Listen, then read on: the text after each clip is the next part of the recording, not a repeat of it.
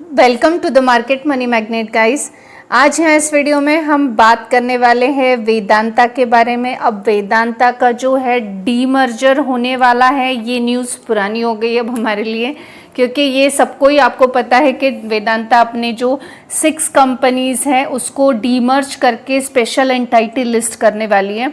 हम यहाँ इस वीडियो में ये देखने वाले हैं कि डीमर्जर के बाद हमें कितने स्टॉक मिलेंगे। पहले तो रेशो क्या होने वाला है, दूसरा ये 6 एंटाइटीज़ जो अलग हो रही हैं, क्या इनमें से कोई भी 1-2 कंपनीज़ भी ऐसी हैं कि जिसमें हमें फ्यूचर में बेनिफिट मिल सकता है, या उसके चलते हमें वेदांता जैसे कंपनी में इन्वेस्ट करना चाहिए।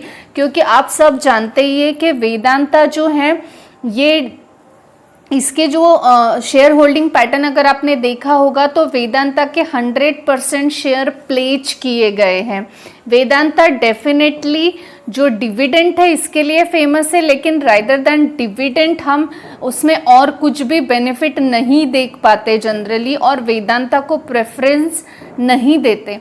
लेकिन इस डीमर्जर के चलते अगर आज आपने देखा होगा तो वेदांता का जो स्टॉक है आज आपने देखा होगा तो करीबन 6.5% से ज़्यादा की तेज़ी में देखने को मिला।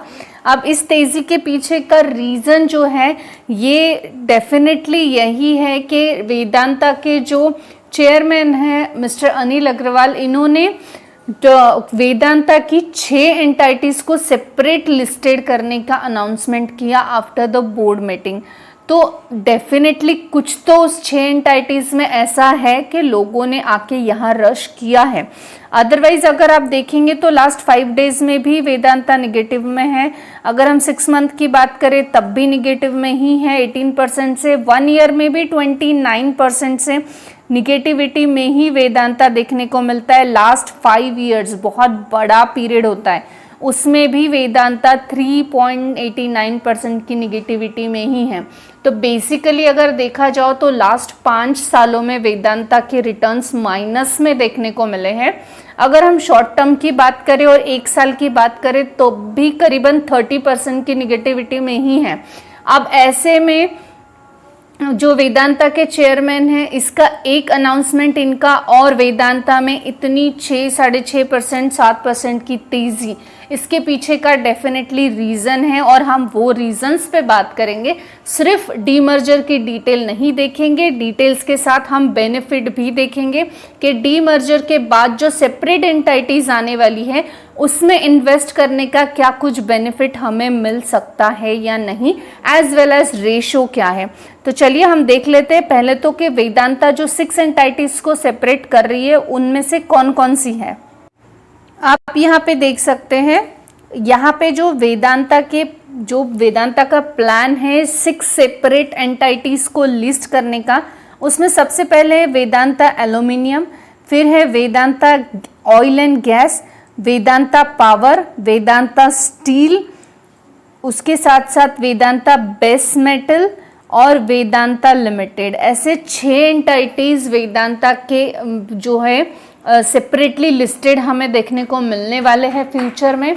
अब इसमें से अगर हम कहें कि ये जो आज रश हुआ है वेदांता का स्टॉक बाय करने के लिए, इसके पीछे का रीज़न क्या है, तो इसके पीछे के मेनली 3 बड़े कारण हैं, या हम कह सकते हैं 3 ऐसी एंटाइटीज़ इसमें हैं इन आउट ऑफ 6 में कि जिसको लेने के लिए रश हो रहा है, या वो बिजनेस फ्यूचर ओरिएंटेड होने के साथ साथ एक अच्छा रेवेन्यू जनरेट करने का पोटेंशियल भी रखता है। और वो हम देखने वाले हैं कि ऐसी कौन सी ये 3 एंटाइटीज़ है जिसके चलते वेदांता लिमिटेड में आज इतना बाइंग हुआ है, या हम वेदांता लिमिटेड के इस डीमर्जर को कंसिडर कर सकते हैं। इस लिस्ट में सबसे पहले है वेदांता एल्यूमिनियम। अब वेदांता एल्यूमिनियम का जो बिजनेस है ये करीबन वेदांता की जो एनुअल हम कहेंगे एनुअल जो उसका रेवेन्यू जनरेट होता है उसमें से 39% का रेवेन्यू सिर्फ और सिर्फ एल्यूमिनियम बिजनेस से आता है। अब अगर वेदांता का 100 आउट ऑफ 39% का बिजनेस सिर्फ और सिर्फ एल्यूमिनियम बिजनेस से आता है तो डेफिनेटली वहां पे जो उन्होंने स्टॉक प्लेज करके रखे हैं वेदांता लिमिटेड में 100% के, जो उनके ऊपर बोरोइंग है, वो सब में इस बिजनेस के जो भी रेवेन्यू वो जनरेट करते हैं वो उसमें वहां पे करने में, डेप्ट पे करने में ही उनका बिजनेस वहां पे जो है प्रॉफिट नहीं दिखा पाता।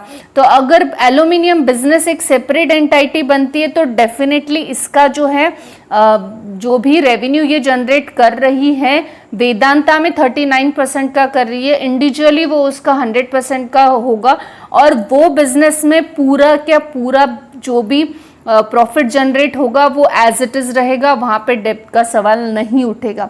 साथ ही साथ जो वेदांता है ये लार्जेस्ट एल्यूमिनियम इंस्टॉल्ड क्या है, लार्जेस्ट एल्यूमिनियम प्रोडक्शन करता है। साथ ही साथ इसकी इंस्टॉल कैपेसिटी जो है 2.3 MTPA की है और ये 47% का मार्केट शेयर एक्वायर करता है इंडिया में। आप समझ ही सकते हैं अराउंड 50% का ही हम कह लो कि एल्यूमिनियम बिजनेस जो है वेदांता का एल्यूमिनियम बिजनेस ये एक्वायर करता है और ये इंडिविजुअल अगर एंटाइटी बनती है तो लार्जेस्ट इंस्टॉलर होने के साथ साथ इंडिया में इसकी कैपेसिटी 2.3 MTPA की होने के साथ साथ 47% का मार्केट शेयर सिर्फ ये अकेला स्टॉक लेता है। तो ये एक डेफिनेटली कॉज रहा है आज वेदांता के बाइंग के पीछे, क्योंकि उनको वेदांता में इंटरेस्ट नहीं है, एल्यूमिनियम बिजनेस में इंटरेस्ट है, जो कि एक इंडिविजुअल कैपेसिटी फ्यूचर में एक इंडिविजुअल एंटाइटी फ्यूचर में बनते हुए देखने को मिलेगी। और आपको रेशो के बाद समझेगा कि वेदांता के कितने स्टॉक आपके पास रहेंगे तो आपको एल्यूमिनियम बिजनेस के स्टॉक जो है मिलने वाले हैं। इस लिस्ट में सेकेंड है जो वेदांता का ऑयल एंड गैस बिजनेस है। वेदांता का ऑयल और गैस बिजनेस भी इंडिया का largest private sector crude oil production करता है। जी हाँ, इंडिया में अगर कोई लार्जेस्ट क्रूड ऑयल प्रोडक्शन करता है तो वेदांता का ही ऑयल एंड गैस बिजनेस, जो कि वेदांता के रेवेन्यू में ओनली 9% का कंट्रीब्यूशन देता है, लेकिन जो ये 25% total crude oil production India का देता है। अगर अकाउंटेबिलिटी देखी जाए तो 25% का क्रूड ऑयल प्रोडक्शन सिर्फ और सिर्फ वेदांता का ऑयल और गैस ये बिजनेस देता है। और ये जो है इसका जो लोकेशन है आंध्र प्रदेश, आसाम, तमिलनाडु, त्रिपुरा, राजस्थान और महाराष्ट्र, गुजरात में भी देखा जाता है। तो करीबन जो मेट्रोपॉलिटन सिटीज एक्वायर करते हैं उसमें से मैक्सिमम जगह पर जो है ये बिजनेस यहाँ पे देखा जाता है। वेदांता में आज बाइंग इसलिए हुई है कि जब ये एक इंडिविजुअल कंपनी लिस्टेड होगी तब डेफिनेटली इसके भी स्टॉक आपको अलॉट हो सकते हैं। इस लिस्ट में थर्ड मोस्ट इम्पॉर्टेंट जो एंटाइटी लिस्ट होने वाली है वो है पावर सेगमेंट की। और पावर सेगमेंट प्रोजेक्ट्स जो है इंडिया में ये करीबन वेदांता के पास 25 इयर्स लॉन्ग टर्म से परचेस किए हुए एग्रीमेंट्स पंजाब इलेक्ट्रिसिटी बोर्ड के वेदांता के पास हैं। तो करीबन आने वाले 25 इयर्स तक हम कह सकते हैं कि वेदांता के पास एक अच्छा रेवेन्यू जनरेट करने का सोर्स रहने वाला है।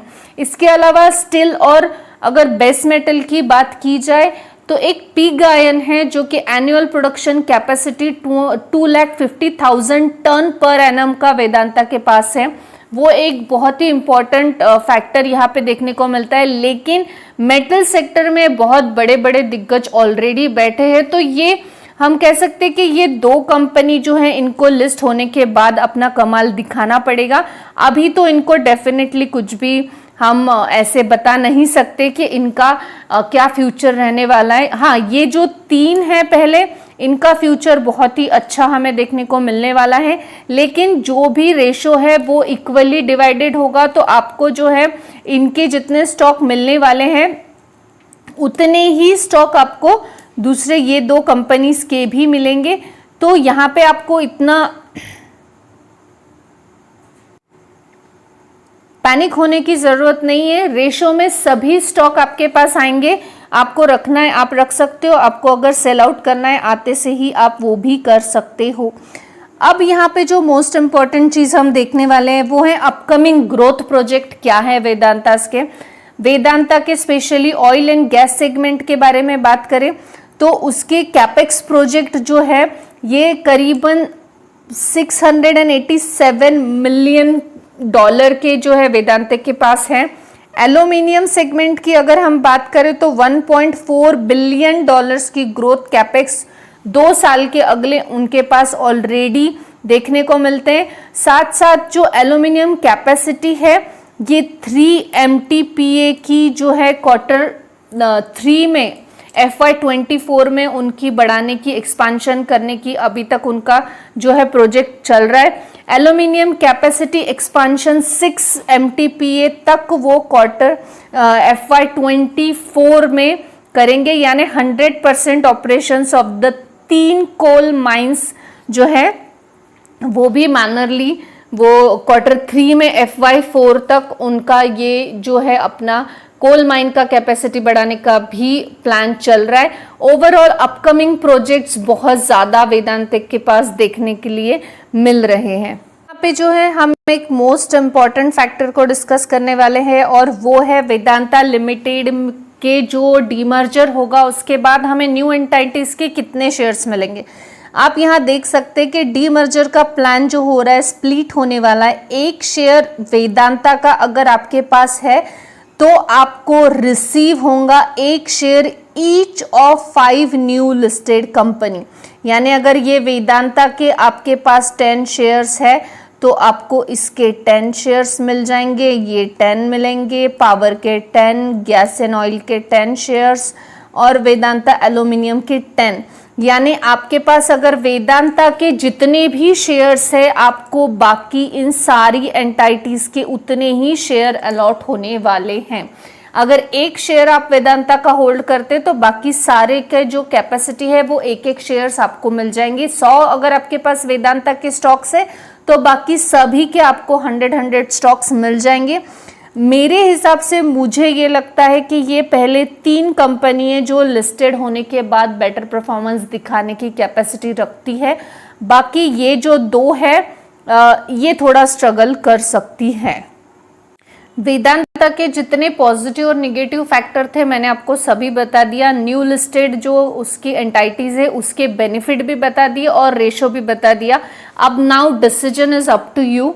आई होप आपको इन्फॉर्मेटिव लगी होगी। Thanks for watching.